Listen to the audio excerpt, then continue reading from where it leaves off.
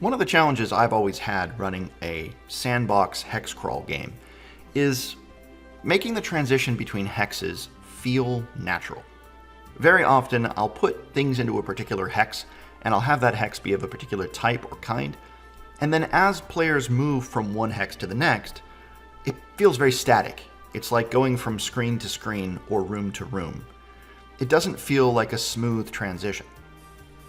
And even though I love 6-mile hexes, even 3-mile hexes, what I find is that when I have a 1-mile hex map of an area, it's much more easy for me to kind of feel the actual movement between places. Now granted, 1-mile hexes is pretty hard to crawl through, and so I tend to like to have a 6-mile hex map for a lot of reasons. Traveling time, location density, all of those things. But it's really cool to have a more zoomed in map for me. Not one to use for the players, but for me. Now if you're like that, then I think this technique is going to be for you. Now, it's a really simple one. It takes a little bit of work, and it requires something like Worldographer or Hexographer II. In fact, if you have Worldographer or Hexographer II, the lion's share of the work is done for you. But what I like to do is take a 6-mile hex and break it down into 1-mile hexes. Not because that's how I'm going to run it, not because that's how I'm going to crawl it, but because as players move through it, I can describe how they're moving, how they're traveling, and I can make the borders between the hexes a little bit more natural in my descriptions and in my thinking. This does a number of things. First of all, it makes your world feel like a much more real place as opposed to a bunch of static locations. But also, it gives you a better feel for the land itself, for the flow of the land. And because you're going to be describing that to your players, you're not going to be describing it to them in hexes, right? You don't tell them, okay, you're leaving one hex and entering another. That's going to really take them out of the game.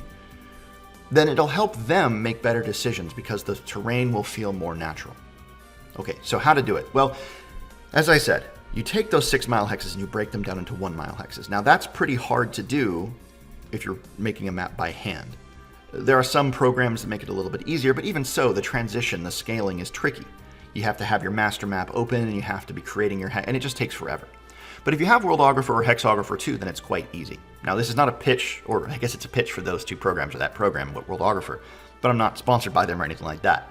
I'll put a link below where you guys can download it.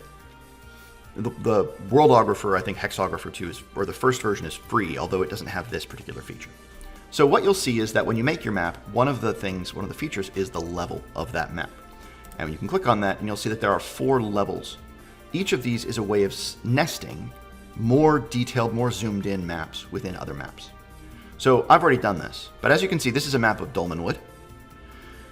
If you were to click on continent, what it would say is, it would pop up a little screen and it would say, okay, note that this is going to create a much bigger map. Make sure you have enough, file size for this because it can get pretty big and the files can get pretty big, so keep an eye on that.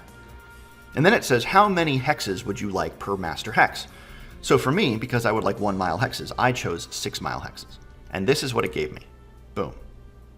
Now, as you can see, this is a pretty zoomed out map, but if you zoom in, you will get each of these is individual 1 miles, and it fits the overall flow of the Dolmenwood map. If you compare them back and forth, it's the same. Now, there are obviously some changes. Now, one thing I had to do is I had to go in and clean it up because it will try to do its best to fill each hex with a consistent type of terrain. But for variety's sake, it will add in bits and pieces of other types of terrain. And sometimes an odd hex here will be completely wrong. And so you have to go through and clean it up a little bit. And if you don't want it to be very, very blobby, and it looks very blobby at first where every hex is kind of a blob of that type, then you want to go in and maybe fix up the borders, make them change a little bit, add in some variety of terrain. But if you don't mind doing that, and if those little odd hexes don't bother you, then you basically have everything you need right there when you click it. It's so simple, and it's so cool. One of the things that I love about this is that it gives you that feel for the lay of the actual land. You can actually see the movements and the rise and fall of terrain in a way that a 6-mile hex map doesn't really do. I mean, you can, right? You can see from a bird's eye point of view, okay, this is a sort of high area, that's a sort of low area. But players don't, human beings don't see 6 miles at a time, right? From where we're standing to the horizon on a completely flat surface. What is it, about 2 miles, 2.5 miles. That's as far as we see.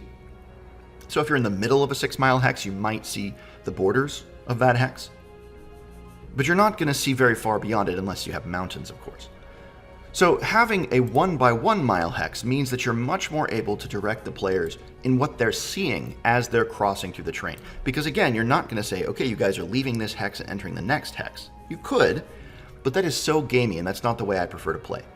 A few years ago, Baron de Raub released a little short, which was the #1 rule of Hexcrawl is you never tell the players they're in a Hexcrawl. And that's exactly right. You never want to tell the players that they're doing hex by hex travel. They're just entering a world and moving around. The hexes are there for you.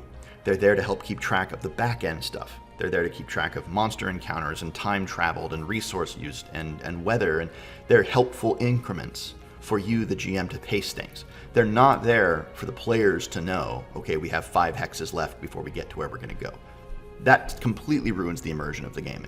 Now, some people don't mind that. Some people are much more okay thinking in terms of gamey table play, right? And so the players know that they're going to go 5 hexes today, and that's this number of things and all of that. But when you're describing it, you just got to avoid the language of hexes, as far as I'm concerned. Even if you're playing a very gamey game, don't describe things in terms of you're leaving one hex and entering another. It just doesn't work for the players. It has to be natural, smooth, and make sense visually, or I should say, in the imagination of your players. And this technique is really, really good. So I highly recommend you guys do this. One of the nice things is 6-mile hexes fit pretty neatly, 6 1-mile hexes fit pretty neatly into a 6-mile hex. They'll see that there's a little bit of overlap at the borders, where one hex might be a part of several, but if you can just keep it right across. There's 6 that fit in pretty neat naturally across. And that means it's very easy to nest them. There are some variations that are a little bit harder. You can do any variation. You could have, 3-mile hexes and zoom in, 4-mile hexes and zoom in, 10-mile hexes and zoom in, but 6-mile hexes visually works quite well. It fits into a neat pattern. And the nice thing is, many, many adventures use 6-mile hexes. So that nice fit pattern applies to lots of pre-made adventures. But if you are willing to kind of take whatever pre-made adventure map that you're given, plug it into Worldographer, and then jump into this particular mode, shift down a level, you have that lay of the land, which is just so much better for that natural description. Now, some GMs don't have any problem, and if you're one of those GMs, then more power to you. That's awesome. I have a problem running 6-mile hexes just because I don't have that natural flow of terrain from one to the other. This really, really helps me as the players are moving through. I can talk about the gradual movements from place to place. And again, like I said, it gives me a better understanding of how things are actually physically laid out. Now, a quick word of warning. If you are to add in a bunch of physical locations onto your map, which I would recommend, this, for example, is Dolmenwood, then you're going to have, it's going to look just fine because you have the different locations marked on your map and things like that. But if you zoom back out, it really becomes unreadable. So make sure that you save different files. Otherwise, this is just going to be a mess. You can't even see the underlying map. So keep that in mind. If you're going to add individual locations on one of your levels, it's going to try to do its best to make them make sense. And that's especially true if you use words, or if you name them, which I have here. You can see that there are places that are labeled, but if you go up here, it is just a mess. Right? It's just a block of text. So keep that in mind if you're going to use this technique. I wouldn't even really call it a technique. I just call it a feature of this amazing program. But if you don't have this program, if you just want to do this by hand, it's still a good thing to do. Again, I recommend breaking down hexes into subhexes this way. You can do it with grid paper. You can do it with other programs. It's just a lot more work. But if you do that, if you know the subdivisions within a hex, you don't have to go crazy with this, right? You could go all the way down. I mean, this program lets you do 4 levels. I've only used 2. You could go all the way down to, you could go, you could make each of these 1-mile hexes half a mile, and then you'd have double the size of this map. And then you could make each of those half again, gone a 1/4 mile, and you quadruple the size of this map. And that would be really, really big, and it would be very, very particular. That's too much for me. 1 mile is just about right.